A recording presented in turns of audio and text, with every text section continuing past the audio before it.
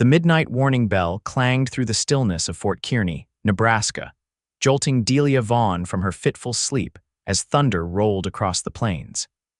The spring of 1875 had brought relentless rain for days, and the Missouri River was no longer content to stay within its banks.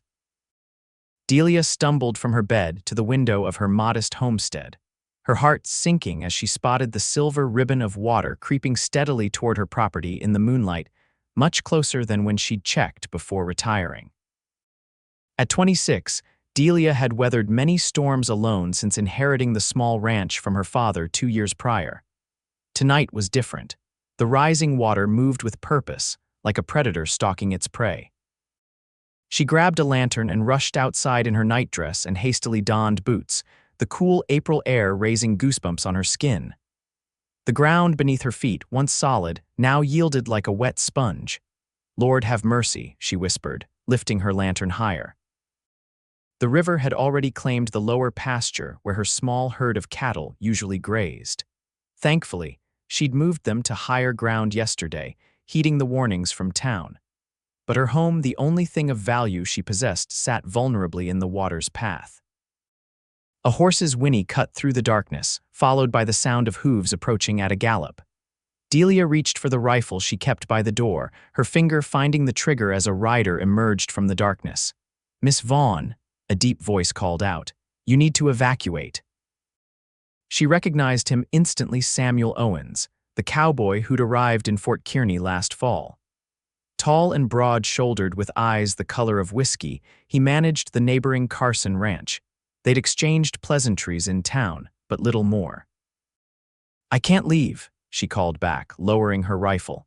"Everything I own is here." Samuel dismounted in one fluid motion, his spurs jingling as his boots hit the mud. Rain plastered his dark hair to his forehead beneath his wide-brimmed hat. The river's rising faster than anyone predicted. "Half the lowlands are already underwater. Then I'll have to stop it," Delia said, determination hardening her voice. "My father built this place with his bare hands. I won't abandon it." Samuel studied her face in the lantern light, seeming to measure her resolve. "The river doesn't care about sentiment, Miss Vaughn. I'm not asking it to," she replied. "But I do have 50 empty feed sacks in the barn and plenty of soil on the high side of the property." A smile tugged at the corner of his mouth. "You're suggesting we build a levee?" "Unless you have a better idea, Mr. Owens." He glanced toward the approaching water, then back at her homestead. "It's a long shot. I've made a living on long shots since my father died." Samuel removed his duster and hung it on his saddle horn. "Then we'd better get started. We've got about 3 hours before this whole area is underwater." Delia didn't wait for further discussion. She turned toward the barn, feeling Samuel fall into step beside her. The rain had lessened to a drizzle, but distant lightning still illuminated the churning waters. "I rode past the Hendersons' place on my way here," Samuel said as they entered the barn. "It's already flooded. The whole family is taking shelter at the church in town."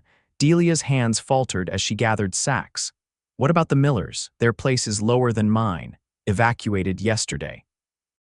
He began collecting shovels. "You're the last holdout this side of the river." Pride and stubbornness warred within her. "I have nowhere else to go, Mr. Owens. This land is all I have." His expression softened. "Then we'll do our best to save it." For the next hour, they worked in tandem, Delia filling sacks with soil, while Samuel positioned them strategically around the most vulnerable approaches to her home. The work was grueling, but Delia matched him sack for sack, ignoring the mud coating her nightdress and the ache in her arms. "You're no stranger to hard work," Samuel observed as they paused briefly for water. "Can't afford to be," she replied, wiping sweat from her brow. "A woman alone doesn't last long out here otherwise. Your father taught you well." Delia nodded, unexpected emotion tightening her throat. "He wanted sons, but got me instead. Said he might as well teach me everything he knew." Samuel studied her with newfound respect. "He'd be proud to see you fighting for his legacy." They returned to work, their temporary barrier growing slowly as the water continued its advance. By the second hour, the sky had cleared enough to reveal a nearly full moon, casting an eerie glow over the landscape. The rushing sound of the flood grew steadily louder. "We need more height here," Samuel called out, pointing to a section where water had already begun seeping around their makeshift barrier. Delia dragged more filled sacks toward him, her muscles screaming in protest.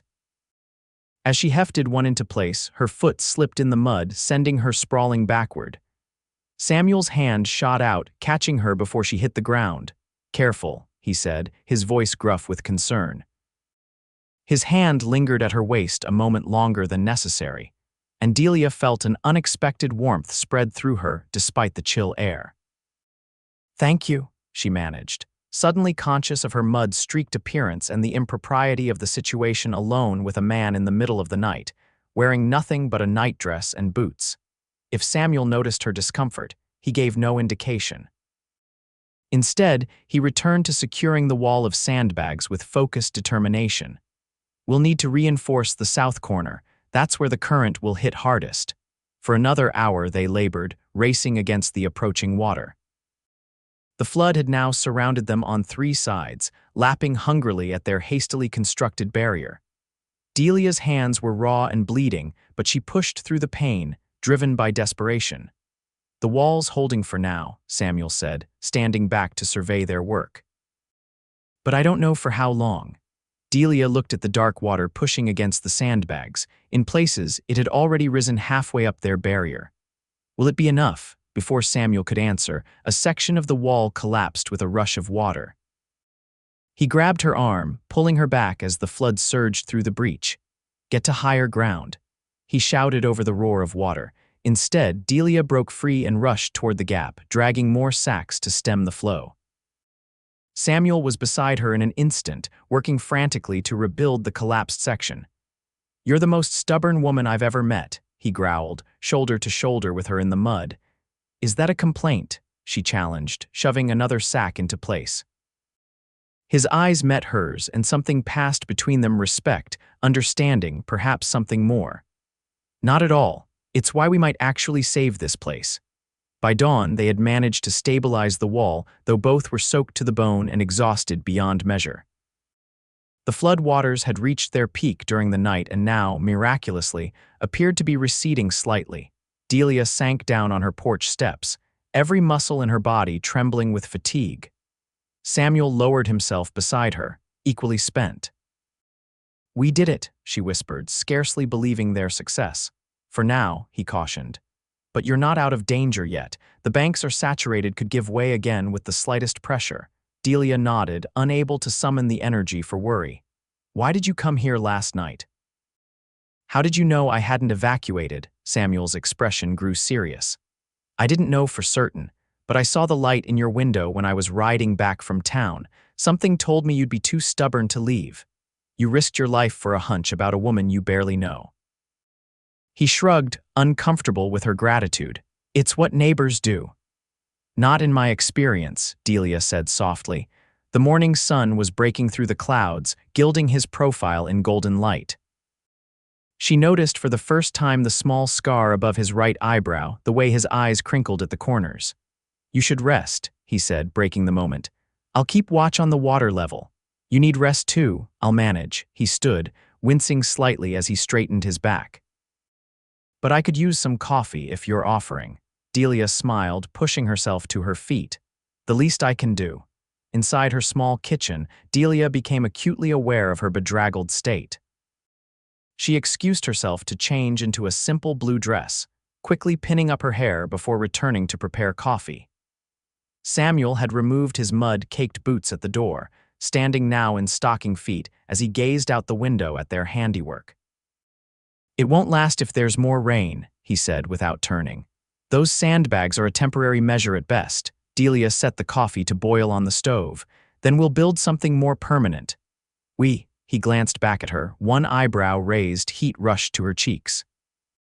"I didn't mean to presume. You've done more than enough already." Samuel turned fully to face her. "I'm not refusing, Miss Vaughn, just surprised by your assumption that I'd stick around." "Delia," she said. "After what we've been through, I think you can call me Delia." A smile softened his weathered features. "Samuel, then." The coffee began to boil, saving her from having to respond. She busied herself with pouring 2 cups, adding a small amount of precious sugar to each. Tell me, she said, handing him a steaming cup, what brings a man like you to Fort Kearney? You don't strike me as someone just passing through. Samuel cradled the coffee in his hands, seeming to weigh his response. I was a Union cavalry officer during the war. Afterward, I drifted west, worked cattle drives up from Texas, figured it was time to put down roots somewhere quieter. And you chose Nebraska, land was cheap, opportunities plentiful, and I'd had my fill of Texas heat, Delia smiled. Fair enough.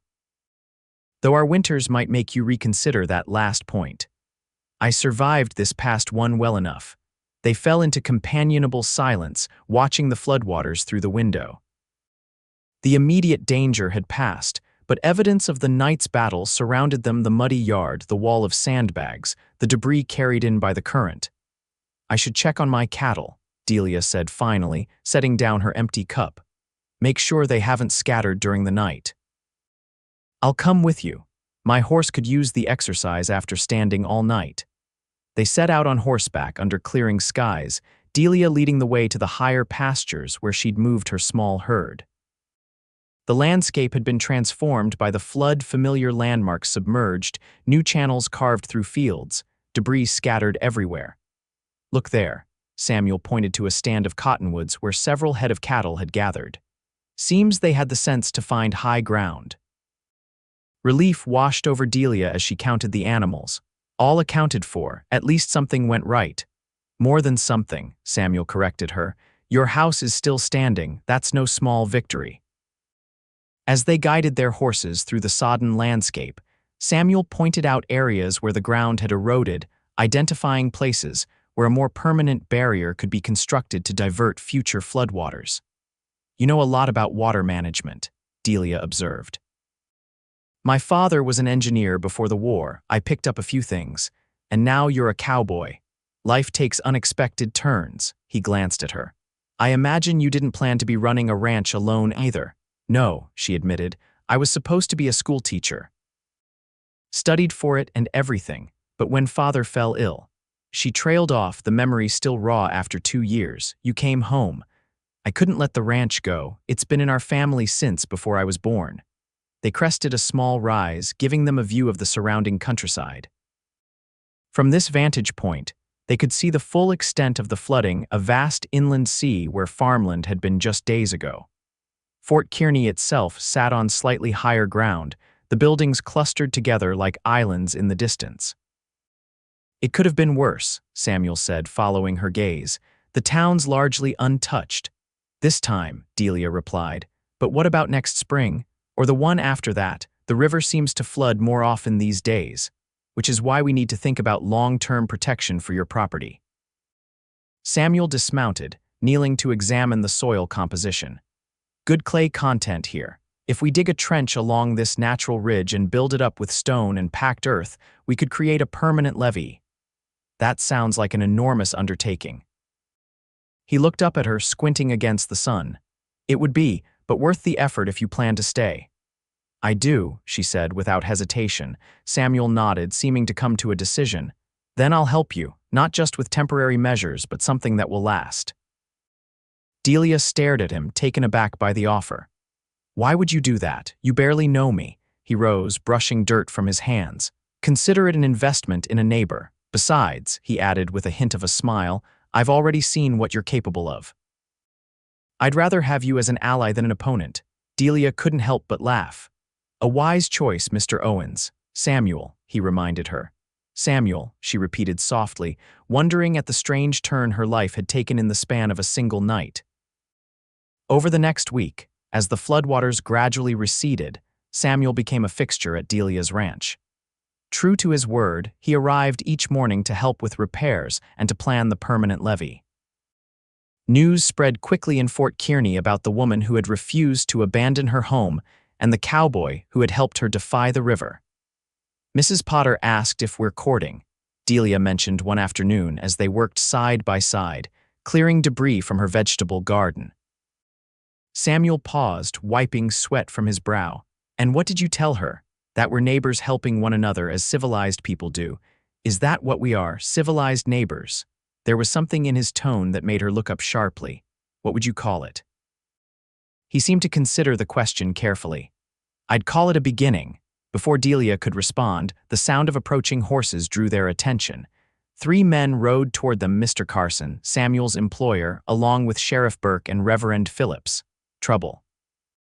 Delia asked under her breath. Samuel shook his head. Not likely, but strange to see all 3 together. The men dismounted, exchanging pleasantries before Mr. Carson addressed Samuel directly. Been looking for you, Owens. You haven't been around the ranch much lately. I've been helping Miss Vaughn secure her property against future floods, Samuel replied evenly. The sheriff stepped forward. That's partly why we're here. The town council met last night. There's concern about the river changing course after this flood. Several properties are now at risk. Reverend Phillips nodded gravely. Including the church and school, we need to organize a community effort to protect Fort Kearney before the next heavy rain. What does this have to do with us? Delia asked. Word is that you 2 managed to hold back the flood with nothing but sandbags and determination, the sheriff said. And Owens here apparently knows something about building levees. Samuel glanced at Delia before responding. I have some knowledge, yes. My father designed flood control systems back east. Mr. Carson cleared his throat.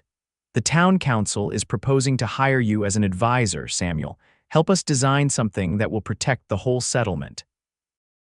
Delia felt a conflicting rush of emotions, pride in Samuel's recognition, but also a selfish disappointment that his attention would now be divided. I've already committed to helping Miss Vaughn, Samuel said carefully. Which is admirable, Reverend Phillips interjected. But surely you can see that protecting the entire community would benefit everyone, including Miss Vaughn. Samuel turned to Delia.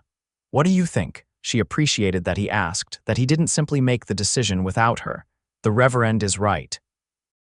Fort Kearney needs protection more than my small ranch. Then perhaps we can combine efforts, Samuel suggested. Start with a design that protects both the town and the outlying properties, including Miss Vaughn's. The men exchanged glances. That could work, the sheriff acknowledged. Town councils authorized funds for materials and labor. We could extend the project to include strategic points along the river. I'll need to survey the entire area, Samuel said. Map the natural contours, identify the most vulnerable spots. You'll have whatever assistance you need, Mr. Carson promised. Just tell me you'll take the job. Samuel looked at Delia again, something unspoken passing between them. I'll do it, on one condition: Miss Vaughn's property gets priority. Her livelihood depends on that land. Delia was touched by his advocacy. That's not necessary, it is, he insisted. Your home is directly in the flood path. It makes logical sense to start there and work toward town. The sheriff nodded. Can't argue with that logic. We'll put it to the council, but I don't foresee any objections.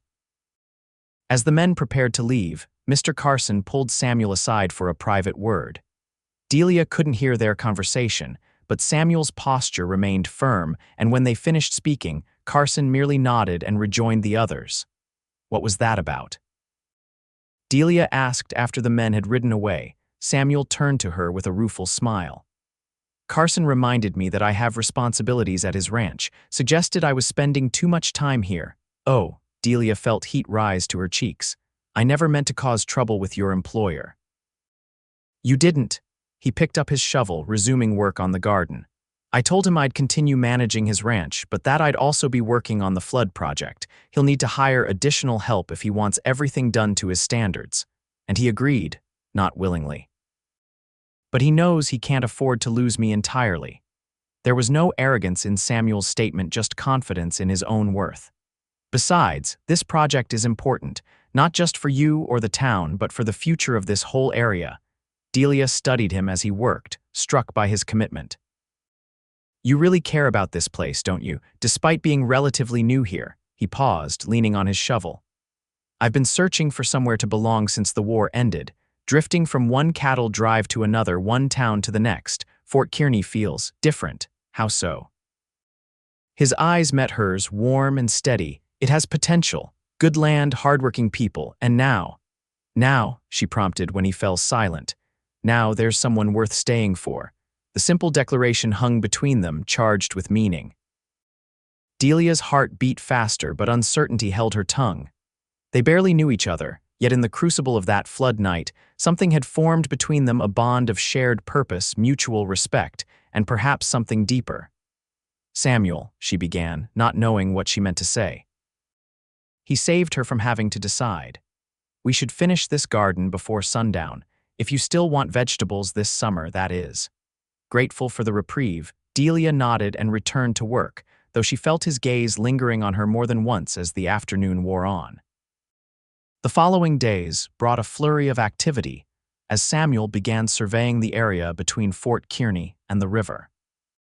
True to his word, he started with Delia's property, meticulously mapping the natural contours and designing a system of earthen berms that would channel floodwaters away from her home and barns. Delia insisted on accompanying him during these surveys, partly to learn about her own land from a new perspective, and partly because she enjoyed his company. Samuel proved to be not just knowledgeable but a good teacher, explaining his reasoning as he marked potential trouble spots. "The river's been changing course gradually for years," he told her as they stood on a bluff overlooking a bend in the Missouri. "You can see the old banks there where it used to flow. So this flooding will happen again, almost certainly. But if we're smart about our defenses, we can minimize the damage." He sketched in a small notebook as he spoke. "The key is to work with the water, not against it. Give it somewhere to go that won't destroy homes and livelihoods." "Like diverting a stampede rather than trying to stop it," Delia suggested. Samuel looked up, pleased by her analogy. "Exactly. Water, like cattle, will always follow the path of least resistance." As April turned to May, the flood project transformed from plans to action. Men from town arrived daily to help with construction, digging trenches, and building up earthworks according to Samuel's specifications. Delia worked alongside them, ignoring raised eyebrows and occasional comments about women's proper place. "You don't need to prove anything," Samuel told her privately when he found her struggling with a particularly heavy load of stones. "I'm not trying to prove anything," she retorted, wiping dirt from her face. "This is my land, my future. I won't sit by while others determine its fate." Instead of arguing, Samuel simply nodded and helped her position the stones more effectively, showing her how to use leverage rather than brute strength. This was his way.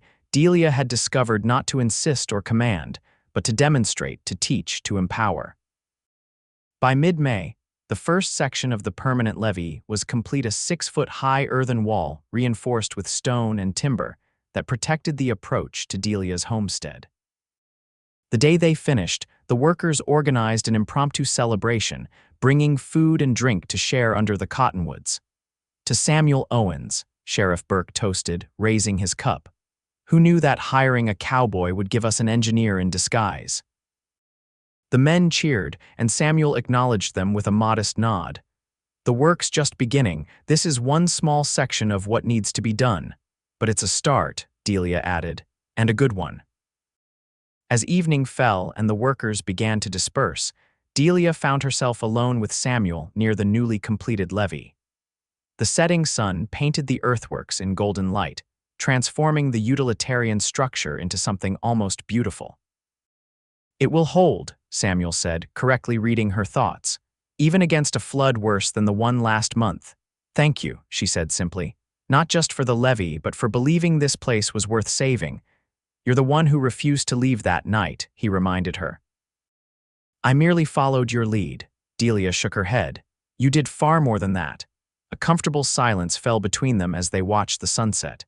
In the weeks since the flood, they had developed an easy companionship built on shared work and growing mutual respect. Yet beneath it ran an undercurrent of something more, something neither had acknowledged directly. "Carson offered me a partnership yesterday," Samuel said suddenly. Delia turned to him, surprised. "In his ranch, that's wonderful news." "Is it?" His eyes searched hers. "It would mean staying in Fort Kearney permanently, building a future here. Isn't that what you want? Part of it." He took a step closer. "But a man needs more than work to make a place home." Delia's heart quickened. "What else does he need? Someone to share it with." Samuel's voice lowered. "Someone who understands him, challenges him, makes him want to be better than he is." "That sounds like a rare kind of person," she managed to say, though her mouth had gone dry. "She is." His hand moved to her cheek, calloused fingers gentle against her skin. "Delia, I know it hasn't been long, but I've never been more certain of anything. That night during the flood, watching you fight for your home with such determination. I knew then." "Knew what?" she whispered, though she suspected the answer. "That I'd found what I'd been searching for since the war ended. Not just a place, but a purpose, a reason to stop wandering." His thumb traced her jawline. "May I court you properly, Delia Vaughn? Because I find myself falling in love with you, and I'd like the chance to see if you might someday feel the same." The declaration, though not entirely unexpected, still took her breath away. "Samuel, she paused, gathering her thoughts. "I've been alone for so long. I'm not sure I remember how to be anything else." "You wouldn't have to be anything but yourself," he assured her. "Strong, independent, stubborn as the day is long." His smile softened the words. "I'm not asking you to change just to let me walk beside you." Delia studied his face in the fading light, the earnest eyes, the weathered lines that spoke of hard living and resilience. In the weeks since the flood, she had come to know him as a man of integrity, intelligence, and quiet strength. The attraction she felt wasn't just physical, though that was certainly part of it. It was deeper, a recognition of something kindred. "Yes," she said finally, "I'd like that very much." The smile that broke across his face was like sunrise. Slowly, giving her every chance to pull away, Samuel leaned down and pressed his lips to hers. The kiss was gentle, questioning at first, then more confident as Delia responded, her hands moving to his shoulders. When they finally parted, Samuel rested his forehead against hers. "I've wanted to do that since I saw you standing in the rain that night, refusing to give up your home." Delia laughed softly. "Even covered in mud and wearing my nightdress, especially then." His arms encircled her waist. "You were magnificent." As darkness fell around them, they walked hand in hand back toward her homestead, the newly built levee a silent sentinel against future floods. For the first time since her father's death, Delia felt the weight of solitude lifting from her shoulders. Whatever came next, flood or drought, hardship or joy, she would not face it alone. Through the summer of 1875, Fort Kearny buzzed with activity, as Samuel's flood protection project progressed steadily outward from Delia's property toward the town. The work was hard but rewarding, transforming the landscape while bringing the community together in common purpose.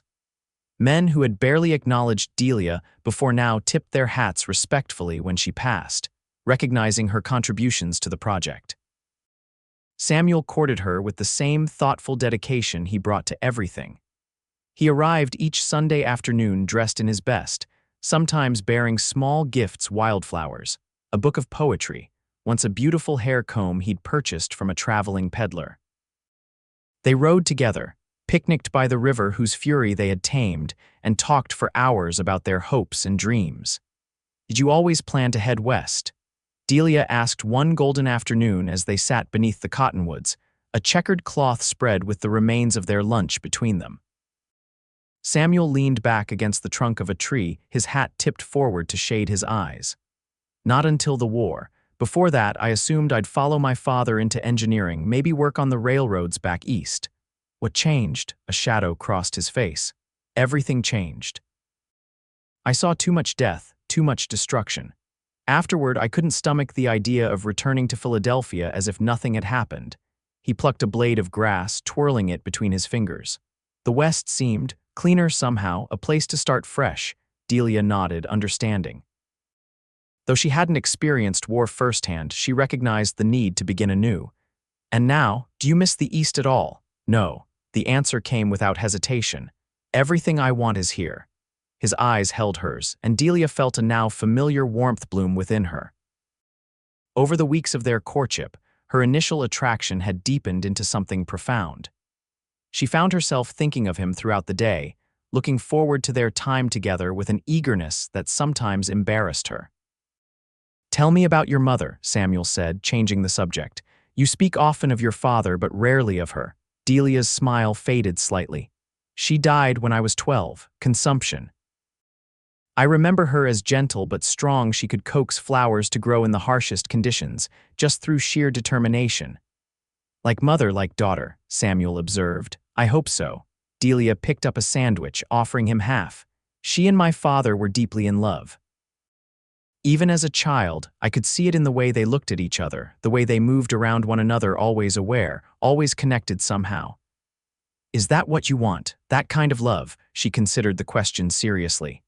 Yes, but I never thought it would be possible for me. Not out here, not with the kind of life I've chosen. Samuel sat forward, taking her hand. Why not? Most men want a wife who'll stay home, raise children, keep house. They don't want a woman who can brand cattle and mend fences. Most men are fools, he said simply. Delia laughed, but sobered quickly. I won't change, Samuel. I can't be something I'm not. I would never ask you to. His thumb traced circles on her palm. The woman who fought the river that night, that's the woman I'm courting, not some imagined version of you. The sincerity in his voice moved her deeply. For all her independence, Delia had carried a private fear that she would eventually need to compromise herself for love, that no man would truly want her exactly as she was. Samuel's words eased that fear, replacing it with hope. As summer gave way to fall, Samuel divided his time between Carson's ranch, the flood control project, and courting Delia. The townspeople watched their growing attachment with interest, generally approving, though some questioned the propriety of Delia working alongside men on the levee construction while being courted by the project's leader. Let them talk, Delia said dismissively when Samuel mentioned the gossip. I've never lived my life according to others' expectations. Nor should you, he agreed, but I don't want anything to damage your reputation. They were walking along the now completed section of levee that protected the northern approach to town, inspecting the previous day's work. My reputation, Delia arched an eyebrow. I'm already the woman who refused to leave during a flood and who helps brand cattle while wearing trousers. I think my reputation can withstand a few more whispers. Samuel laughed. You make a fair point. He stopped walking, turning to face her. But there is one way to silence the gossips completely. And what might that be, Mr. Owens? His expression grew serious. Marry me. Delia's breath caught. Though their courtship had been progressing steadily, she hadn't expected a proposal so soon. I know it hasn't been that long, Samuel continued when she didn't immediately respond. But I'm certain, Delia. I love you, your strength, your determination, your heart. I want to build a life with you if you'll have me. Emotion welled within her, threatening to overflow. Samuel, you don't need to answer right away, he assured her quickly. Take time to think about it. I know it's a big decision. But Delia didn't need time. The past months had shown her who Samuel was: honorable, kind, intelligent, and most importantly, someone who saw her clearly and loved what he saw. Yes, she said, her voice steady despite the tears gathering in her eyes. Yes, I'll marry you. Joy transformed his features. In one swift motion, he lifted her off her feet, spinning her around as she laughed in surprise. When he set her down, his kiss was tender yet passionate, a promise of the life they would share. I don't have a ring, he admitted when they finally parted. I hadn't planned to ask today, it just felt right. I don't need a ring, Delia assured him, though she was touched by his concern. But I do need to know where we'll live. Your quarters at Carson's ranch are hardly suitable for a married couple. Samuel nodded, having clearly considered this. Carson's offered us the old foreman's cabin until we decide what's next. It's small but solid. Or, she prompted when he hesitated, or we could live at your place. It's bigger and you've worked hard to make it a home. I wouldn't want to take you away from that. The offer touched her deeply. Most men would insist that their wife move to accommodate them, not the other way around. My place then, she decided. At least to start, we can always reconsider later if we need more space. Samuel's smile suggested he understood her unspoken thought if their family grew. Whatever you want, Delia, I'm just grateful you said yes. The news of their engagement spread quickly through Fort Kearney, generating a flurry of well wishes and, from the women of the town, numerous offers to help with wedding preparations. Reverend Phillips suggested a ceremony before winter set in, noting that the church's newly raised floor, part of Samuel's flood protection improvements, made it the perfect venue regardless of weather. November, Delia decided after consulting with Samuel. After harvest, but before the worst of winter. The weeks leading up to the wedding passed in a blur of activity. The flood control project continued, with the main protective works around Fort Kearny nearing completion. Samuel's design had proven its worth during a heavy September rain, when the diverted water flowed harmlessly around the protected areas. Delia divided her time between ranch work, wedding preparations, and making space in her home for Samuel. The latter proved more emotional than she had anticipated, as it meant sorting through her father's remaining possessions. "He would have liked you," she told Samuel one evening as they organized the small bedroom that had been her father's. "Not at first, probably he was protective of me. But once he saw who you really are, he would have approved." Samuel carefully placed a stack of books on a shelf. "I wish I could have met him. From everything you've told me, he was a remarkable man." He was. Delia ran her fingers over her father's old pocket watch, the last gift her mother had given him before her death. "This should be yours now." Samuel looked at the watch with surprise. "Delia, that's a family heirloom. You should keep it." "And you'll be family," she said simply, pressing it into his hand. "Besides, my father always said a man should know what time it is." He accepted the watch with reverence, understanding the significance of the gesture. "I'll treasure it and try to be worthy of it." As November approached, Delia found herself increasingly reflective. Marriage would change her life fundamentally, yet she felt none of the apprehension she might have expected. Samuel had proven himself a true partner, someone who valued her independence while offering support when needed, who respected her opinions and shared his own openly. The evening before their wedding, they sat together on the porch of what would soon be their shared home. The first frost had arrived that morning, silvering the grass and warning of the winter to come. "Are you nervous?" Samuel asked, his arm around her shoulders as they watched the stars emerge. "About marrying you?" "No." Delia leaned into his warmth. "About having half the town watching me walk down the aisle tomorrow, possibly," he chuckled. "Just look at me, pretend no one else is there." "I'll try." She turned slightly to see his face in the lamplight spilling from the window. "Are you nervous?" "Only about forgetting my vows." His expression grew serious. "Delia, there's something I want to tell you before tomorrow, something I should have mentioned earlier." A flutter of anxiety stirred within her. "What is it?" Samuel took her hand. "Carson's partnership offer, it included more than just managing the ranch. He wants to retire next year, move back east to be near his daughter. He's offering to sell me the ranch over time." Delia's eyes widened. "Samuel, that's an incredible opportunity." "It is, but it would mean taking on significant responsibility. Long hours, financial risk, especially in the beginning." "You're worried about how it would affect our marriage," he nodded. "I don't want to start our life together only to be absent from dawn until dusk. Carson's ranch is 3 times the size of yours." Delia considered this carefully. "What if we combined our operations? My land adjoins Carson's on the north side. Together, they would make an impressive spread." Samuel looked surprised. "You'd consider that? It makes practical sense. And this way, we'd be working together, not separated by different responsibilities." She squeezed his hand. "I've never wanted to be a rancher's wife who stays home while her husband does the real work. This way, we build something together." The admiration in Samuel's eyes warmed her more than any fire. "You continue to amaze me, Delia Vaughn." "Soon to be Delia Owens," she reminded him with a smile. "Indeed." He leaned forward, sealing their agreement with a kiss that held the promise of their shared future. The following day dawned clear and crisp, perfect weather for a November wedding. The church was filled to capacity, not just with townspeople, but with workers from the surrounding ranches and farms, many of whom had helped build the flood protections over the past months. Delia wore a gown of ivory silk that had belonged to her mother, carefully altered by Mrs. Potter and the other women of Fort Kearny. As she waited in the small anteroom of the church, she felt a curious sense of peace. This step, which once would have seemed a surrender of her independence, now felt like an expansion of possibilities. When the moment came, she walked alone down the aisle, having no male relatives to give her away. But there was nothing lonely about her solitary progress.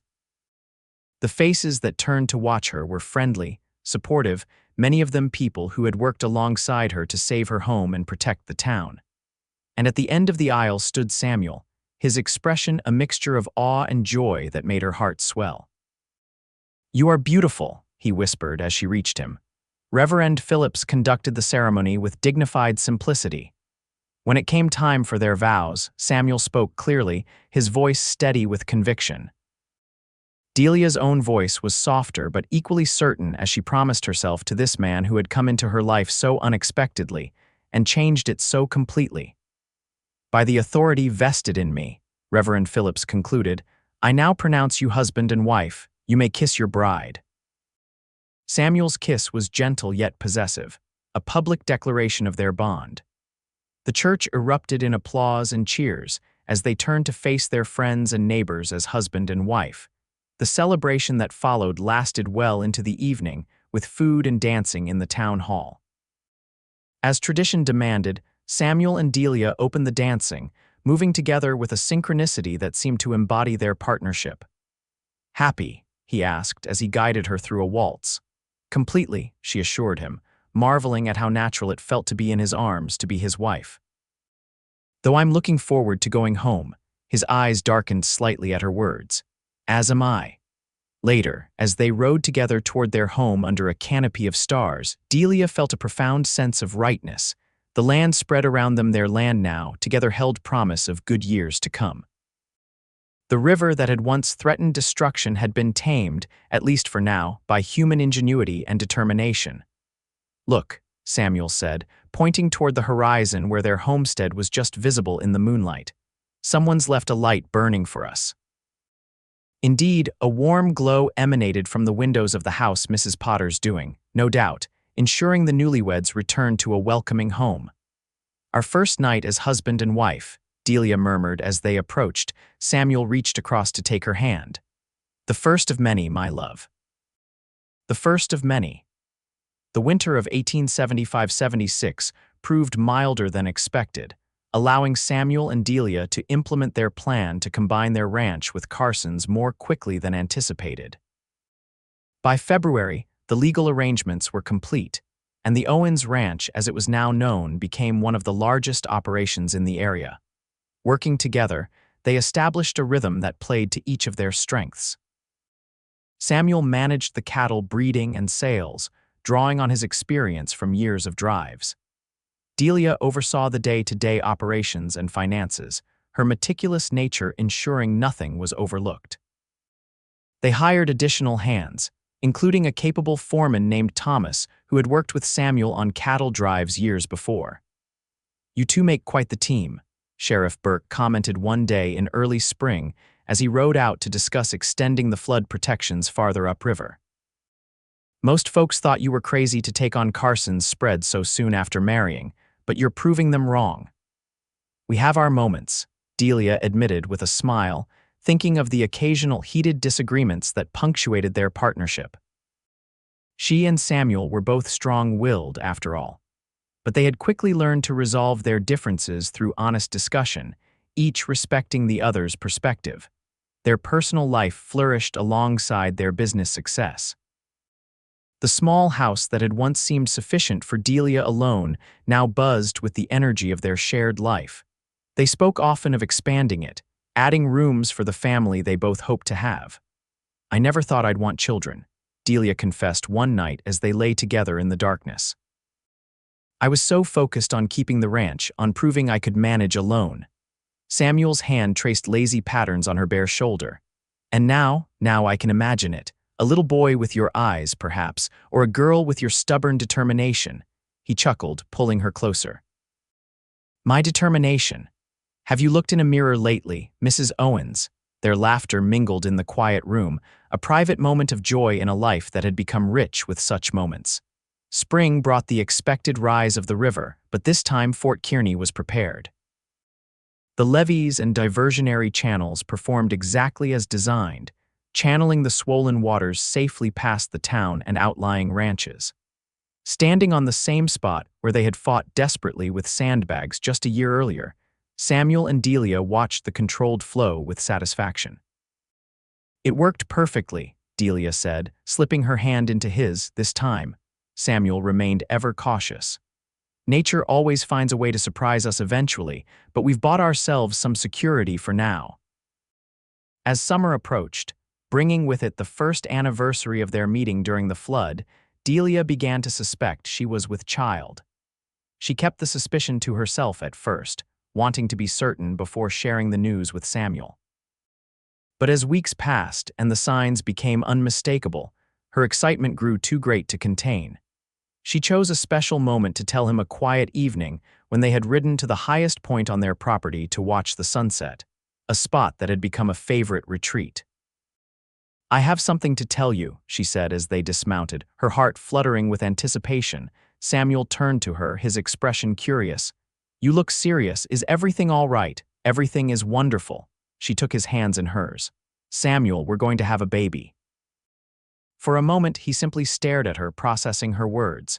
Then his face transformed with joy, and he pulled her into an embrace so fierce it lifted her off her feet. "A baby," he repeated, setting her down gently as if she had suddenly become fragile. "When? December, I think." "Just after our first anniversary." Samuel placed a reverent hand on her still flat stomach. "Are you feeling well? Do you need anything? Should you be riding?" Delia laughed at the rapid-fire questions. "I'm perfectly fine. Women have been having babies since the beginning of time, Samuel. Many of them while continuing to work ranches and farms. None of them were my wife," he countered, but his smile softened the words. "You'll tell me if you need help. Promise me you won't push yourself too hard." "I promise." She leaned up to kiss him, touched by his concern. "But I don't intend to spend the next 6 months being treated like China." True to her word, Delia maintained her usual activities as summer progressed, though she did allow Samuel and their hands to take over some of the more physically demanding tasks. The ranch prospered under their management, and by harvest time, they had turned a significant profit enough to begin planning the house expansion they discussed. As Delia's pregnancy advanced, the women of Fort Kearny rallied around her with advice, hand-sewn baby clothes, and offers of assistance. Mrs. Potter, whose 6 children had all grown and moved away, became a particular ally, visiting regularly to share her practical wisdom and companionship. "You've brought that man to life," Mrs. Potter observed one afternoon as they sat on the porch, watching Samuel direct the construction of a new barn.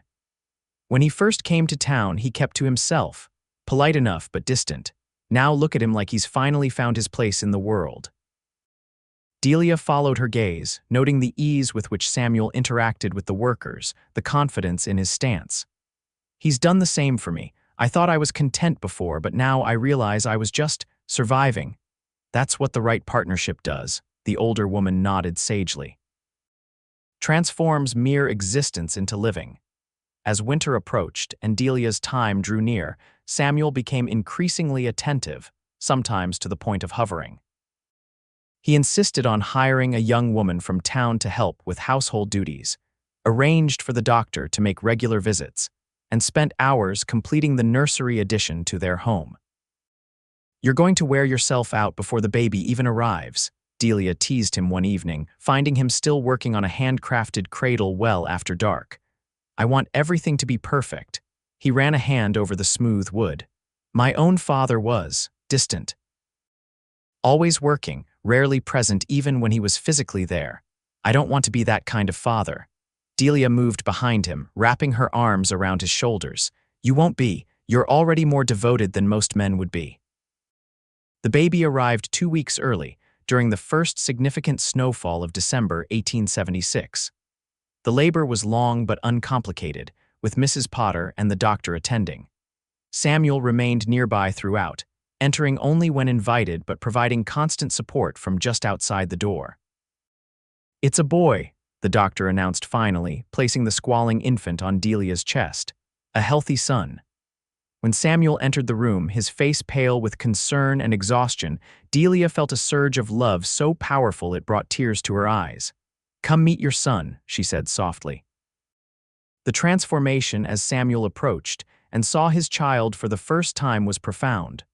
All the tension drained from his features, replaced by wonder as he knelt beside the bed. "He's perfect," Samuel whispered, reaching out a tentative finger to touch the baby's tiny hand. "Just like his mother." They named him William James Owens, William after Delia's father, James after Samuel's brother who had been lost in the war. From his first day, Will proved to be a strong and vocal presence in their home, with his mother's determination and his father's watchful nature. The years that followed brought challenges and joys in equal measure. The ranch continued to prosper, allowing them to expand their operations and improve their home. 2 years after Will's birth, Delia gave birth to a daughter they named Margaret Rose, after both their mothers. Maggie, as she was quickly nicknamed, had Samuel's warm brown eyes and Delia's auburn hair, and from an early age showed signs of her mother's independent spirit. Through it all, the river remained a constant presence in their lives. The flood control system Samuel had designed required regular maintenance and occasional expansion as Fort Kearny grew. Each spring brought renewed vigilance, a respectful acknowledgement of nature's power, even as they continued to harness and direct it. In the spring of 1880, as the 5th anniversary of their meeting approached, a particularly heavy snowmelt combined with early rains threatened to overwhelm even their improved defenses. Samuel spent days inspecting the levees, directing reinforcement efforts where needed. Will it hold? Delia asked one evening as he returned home, mud-splattered and exhausted. It should, he replied, accepting the hot coffee she offered. But I've asked the sheriff to prepare for evacuation just in case. The water's higher than we've seen since '75. Delia glanced toward the children's room where 5-year-old Will and 3-year-old Maggie slept peacefully. If we need to leave, we'll have plenty of warning, Samuel assured her. The system's designed to give us time even if it fails, but fate had other plans. That night, a section of the upper levee collapsed after being undermined by burrowing animals, sending a surge of water toward the diversionary channels. Samuel was roused from sleep by a rider from town, bringing news of the breach. I have to go, he told Delia, already pulling on his boots. The main channel might not handle the volume. I'm coming with you, she said, rising from bed. We'll take the children to Mrs. Potter's on the way. He started to object, then saw the determination in her eyes, the same look she'd had the night they met. All right. But promise me you'll stay on high ground. Within the hour, they had delivered the sleepy children to Mrs. Potter's care and ridden toward the threatened section of the flood controls. The night was eerily similar to that April evening 5 years earlier, dark clouds scudding across a moon-bright sky, the sound of rushing water growing louder as they approached. The scene at the breach was one of controlled chaos. Men worked frantically by torchlight to shore up the remaining structure, while others diverted the flow into secondary channels. Samuel immediately took charge, his voice carrying clearly over the noise as he directed the efforts. Delia, true to her promise, remained on higher ground, organizing supplies and coordinating messages between different work crews. From her vantage point, she could see the full scope of the situation, concerning but not yet dire. As dawn approached, bringing better light to work by, the immediate crisis began to abate. The breach had been contained, the excess water successfully channeled away from the town and surrounding homesteads. Men who had worked through the night began to relax slightly, exchanging relieved glances. Samuel found Delia as the sun broke through the clouds. His clothes were soaked, his face streaked with mud, but his eyes held the quiet satisfaction of a battle well fought. It held, he said simply, accepting the canteen she offered. A few fields flooded, but no homes or lives lost. Delia surveyed the scene. Dozens of men, many of whom had helped build the original flood walls 5 years earlier, now working together to protect what they'd created. We've come a long way from sandbags and desperation. Samuel followed her gaze. You know what I was thinking about all night while we were working? What, that first night, you in your nightdress refusing to leave your home? His hand found hers, squeezing gently. I knew then that you were extraordinary. I just didn't know how completely you would change my life. Delia leaned against him, heedless of the mud.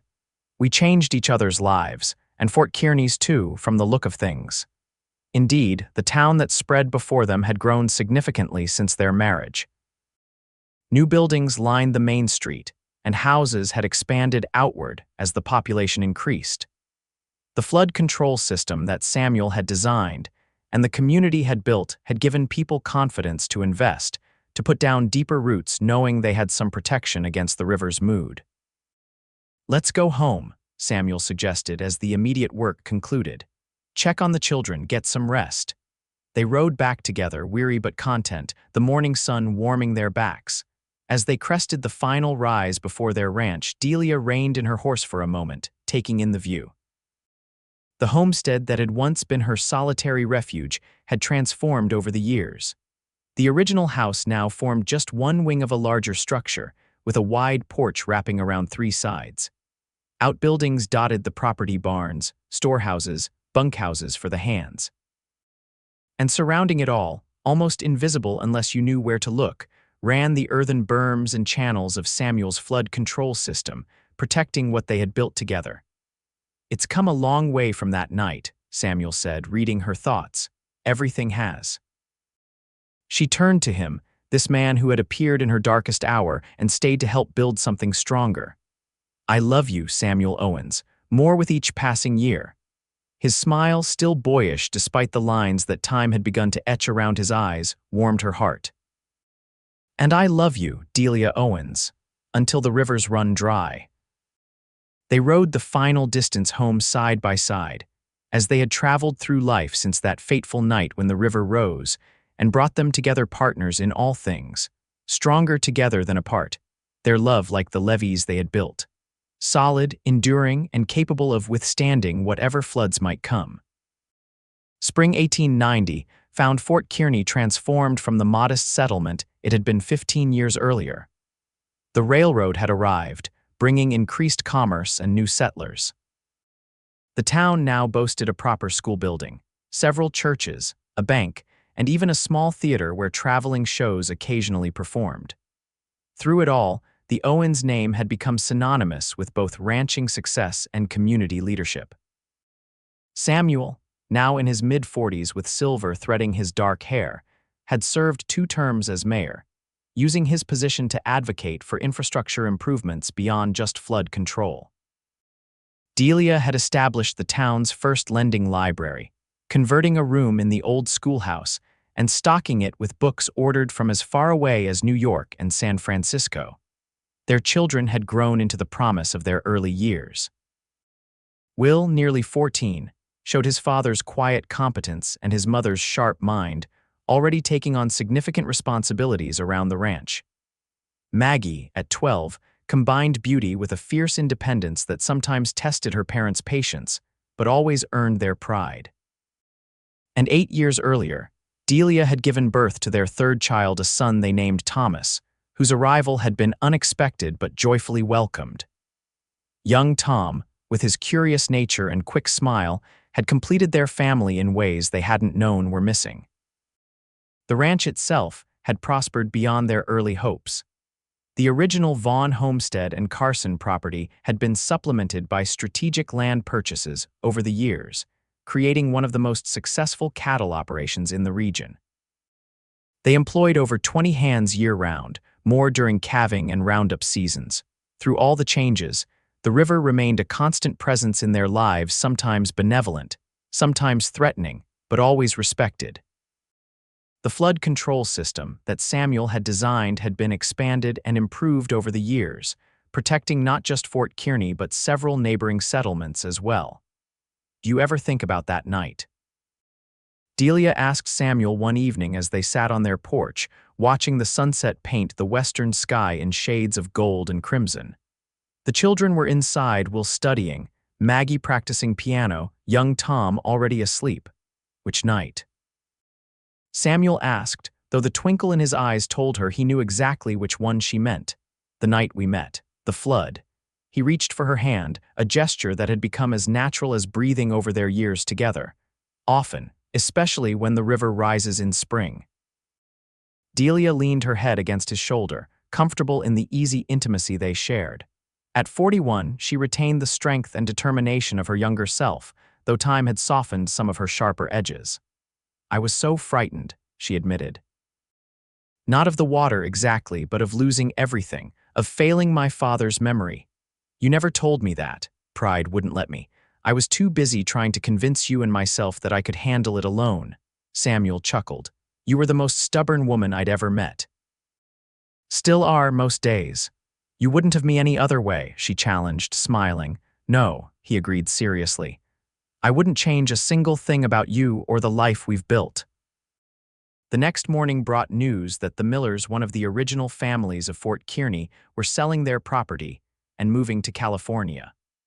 Old Mr. Miller's health was failing, and his sons had established a promising business venture in Sacramento. We should consider buying their land, Samuel suggested as they discussed the news over breakfast. It adjoins our north pasture, would make a natural expansion. Will, listening intently, nodded his agreement.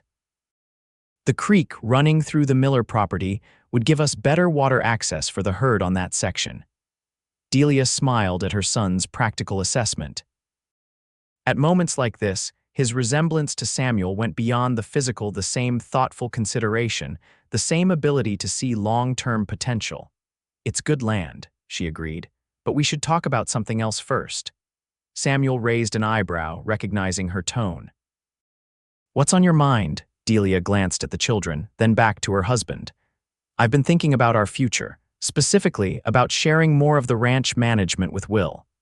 Will straightened in his seat, surprise and eagerness crossing his young face. He's not yet 14, Samuel pointed out, though his expression was more curious than opposed. My father started teaching me to manage the books when I was 12, Delia countered. Will has a good head for business, and it's not just about him, it's about us too. She reached for Samuel's hand across the table. We've worked hard for 15 years. Maybe it's time we started thinking about enjoying some of what we've built, not just continuing to expand. Samuel considered her words carefully, his thumb tracing circles on her palm as he thought a habit that still sent warmth through her after all these years. What exactly are you proposing? He asked finally. That we begin training Will more formally in all aspects of the ranch operation. That we consider the Miller property not just as an expansion, but as part of a legacy we're building for our children. And, she added with a smile, that you and I take that trip to San Francisco you've been promising me for years. Will's eyes widened. You trust me to help manage while you're away, with Thomas supervising, Samuel clarified, naming their capable foreman. But yes, I think your mother has a point. You're ready for more responsibility. He turned back to Delia. And you're right about us needing some time away. The ranch has consumed our lives for years. Not consumed, she corrected gently. Enriched, but even the richest soil needs to lie fallow occasionally. The decision made, events moved quickly. The purchase of the Miller property was arranged, with the previous owners grateful that their land would be incorporated into a ranch. They respected, rather than subdivided. Will began spending more structured time learning both the practical and business aspects of ranch management, thriving under the increased responsibility. Preparations for Samuel and Delia's journey to San Francisco took more time. Neither had been more than 100 miles from Fort Kearny in over a decade, and the prospect of traveling by rail to California was both exciting and slightly daunting. 2 weeks, Samuel declared as they finalized their plans. Any longer and I'll worry about the spring calving. 3, Delia countered with a smile. The calves have arrived without your personal supervision for years. Besides, I want to see the ocean properly, not just glimpse it before rushing home. As always, when Delia set her mind to something, she prevailed. They would depart in early April, after the worst winter weather had passed, but before the busiest season on the ranch, and return in early May. The evening before their departure found them sitting together in their bedroom, Samuel watching as Delia packed the last few items into their traveling trunks. Second thoughts, she asked, noticing his pensive expression. He shook his head. Not about the trip. Just thinking about how far we've come from that flood night. Delia sat beside him on the bed, taking his hand. At 46, Samuel remained handsome, the years having added character rather than diminished his appeal. The physical passion between them had matured but not faded, transforming into something deeper and more sustaining. Regrets? She asked softly. Not one. His free hand rose to cup her cheek. Every decision that led me to Fort Kearny, to your door that night, I'd make them all again." Delia leaned into his touch. "As would I, though I still maintain I could have managed with just the sandbags." Samuel laughed, pulling her closer. "Stubborn woman, you'd probably have succeeded through sheer force of will. Perhaps." She settled against him, comfortable in his embrace. "But I'm glad I didn't have to find out." Their journey west proved everything they had hoped for and more. The train carried them across landscapes neither had seen before: the towering Rocky Mountains, the stark beauty of the Nevada desert, the lush fertility of California's Central Valley. San Francisco itself was a revelation, a bustling metropolis of nearly 300,000 souls, with elegant hotels, restaurants serving cuisine from around the world, and cultural offerings that dazzled their small-town sensibilities. They visited the famous cliff house overlooking the Pacific, watched ships from distant ports enter the bay, attended an opera, and spent long hours simply walking the city streets, absorbing the energy and diversity of the place. Samuel purchased a gold locket for Delia at a jeweler on Market Street, while she found a telescope for Will in a shop that specialized in nautical instruments. "Could you live in a place like this?" Samuel asked as they stood on the ferry returning from a day trip to Oakland. The city skyline spread before them. Delia considered the question seriously. "Perhaps once, before I knew what it was to be rooted somewhere, to belong to a piece of land." She turned to him, the sea breeze catching her hair. "But not now. Fort Kearny is home, not just the place, but the people, the life we've built." Samuel nodded, seeming pleased by her answer. "I feel the same. This is magnificent," he gestured toward the panoramic view, "but it's not ours. Not in the way our ranch is ours." The 3 weeks passed more quickly than either had anticipated, and though they were eager to see their children and return to familiar surroundings, they also felt a tinge of regret as they boarded the eastbound train. The journey had renewed them both, providing perspective on their achievements and inspiring new ideas for the future. Their return to Fort Kearny was marked by an impromptu celebration, organized by Will and Maggie with the help of friends and neighbors.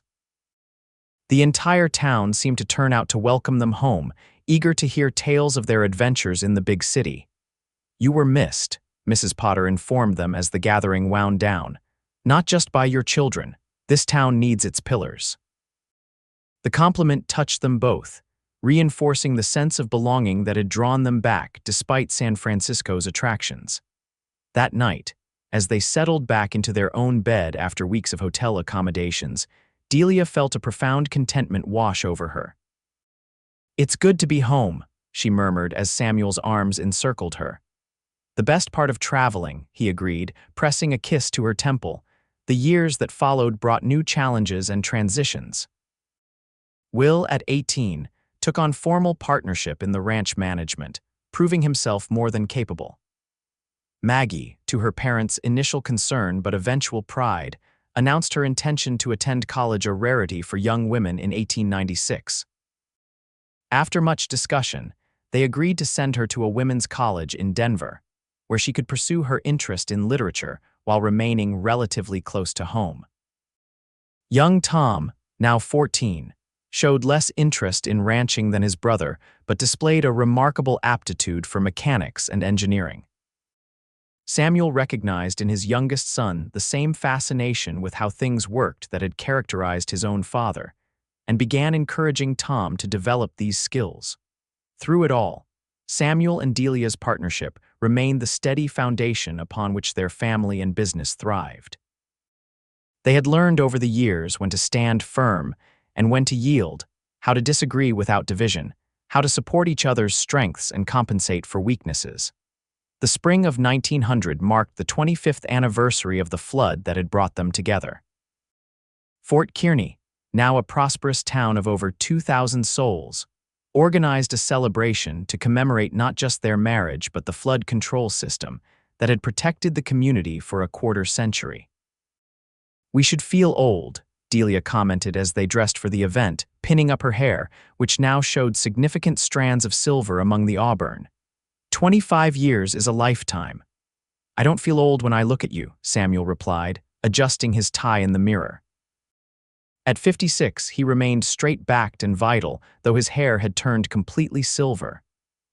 I see the same determined woman who refused to abandon her home to the river, just with better sense now. Delia laughed, swatting his arm playfully. Better sense, I married you, didn't I?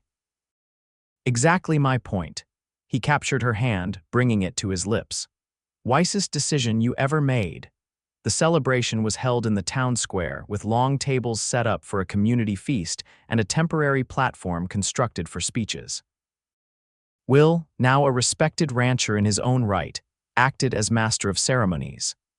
Maggie had returned from Denver for the occasion, bringing her fiancé, a young lawyer she had met through her college connections. Tom, at 18, had just been accepted to an engineering program in Chicago, following in the footsteps of the grandfather he had never met. As the sun began to set, casting long shadows across the gathered townspeople, Will called for attention and invited his father to speak. Samuel mounted the platform, the weight of public recognition sitting somewhat uncomfortably on his shoulders despite his years as mayor. 25 years ago, he began, his voice carrying across the hushed crowd, I was a drifter who happened to be in the right place at the right time. The real hero of that flood night was Delia Vaughn, who refused to surrender her home to the river. His eyes found hers in the crowd, and the love reflected there gave him confidence to continue. What we built together afterward, the flood walls, the diversionary channels, that was a community achievement. Every person who hauled dirt or positioned stones shares in its success. He gestured toward the river, visible in the distance. But the most important thing built that night wasn't made of earth and rock. It was the beginning of a partnership, a family, a future. Delia felt tears gather in her eyes as Samuel continued, recounting the growth of Fort Kearny over the past quarter-century, acknowledging the contributions of various community members, some now gone. His natural reticence had been tempered by years of public service, but she could still see the private man beneath the public figure, the one who had ridden through the night to help a stubborn woman save her home. When he finished speaking, the applause was heartfelt. Will stepped forward again, presenting his parents with a gift from the town, a beautifully crafted scale model of Fort Kearny showing the original settlement and the flood control system, mounted on a walnut base with a commemorative plaque. As the evening progressed into night, lanterns were lit around the square and a small orchestra assembled for dancing. Samuel led Delia onto the makeshift dance floor for the first waltz, just as he had at their wedding reception 24 years earlier. Happy? He asked as they moved together, the steps familiar from countless dances over the years. Beyond words, she replied, resting her head briefly on his shoulder in a rare public display of affection, though I still can't quite believe it's been 25 years since that night.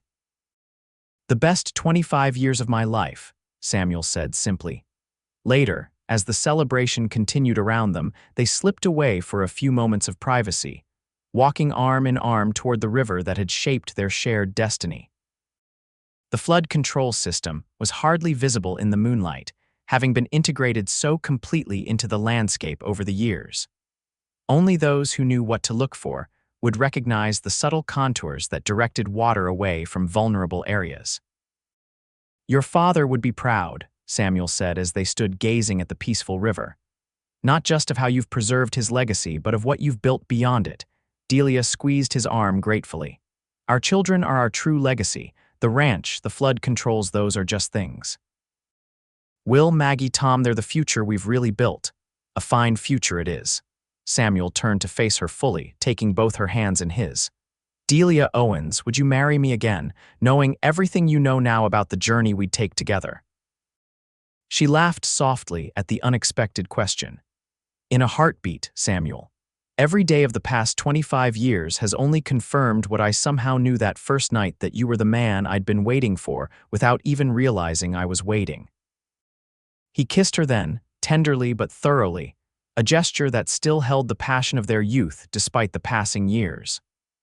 When they parted, the sounds of celebration drifted toward them from the town square: music, laughter, the unmistakable noise of a community enjoying itself.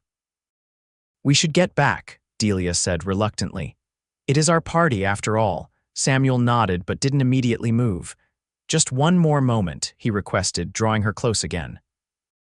25 years ago, the river was rising toward your home in the night, and a cowboy helped you build walls against the rushing flood. "The best night of my life," Delia whispered, completing the thought, "because it brought me you." Hand in hand, they walked back toward the lights and music, toward their family and the community they had helped build. Their steps in perfect unison, just as they had walked through life since that fateful night when water and destiny had brought them together.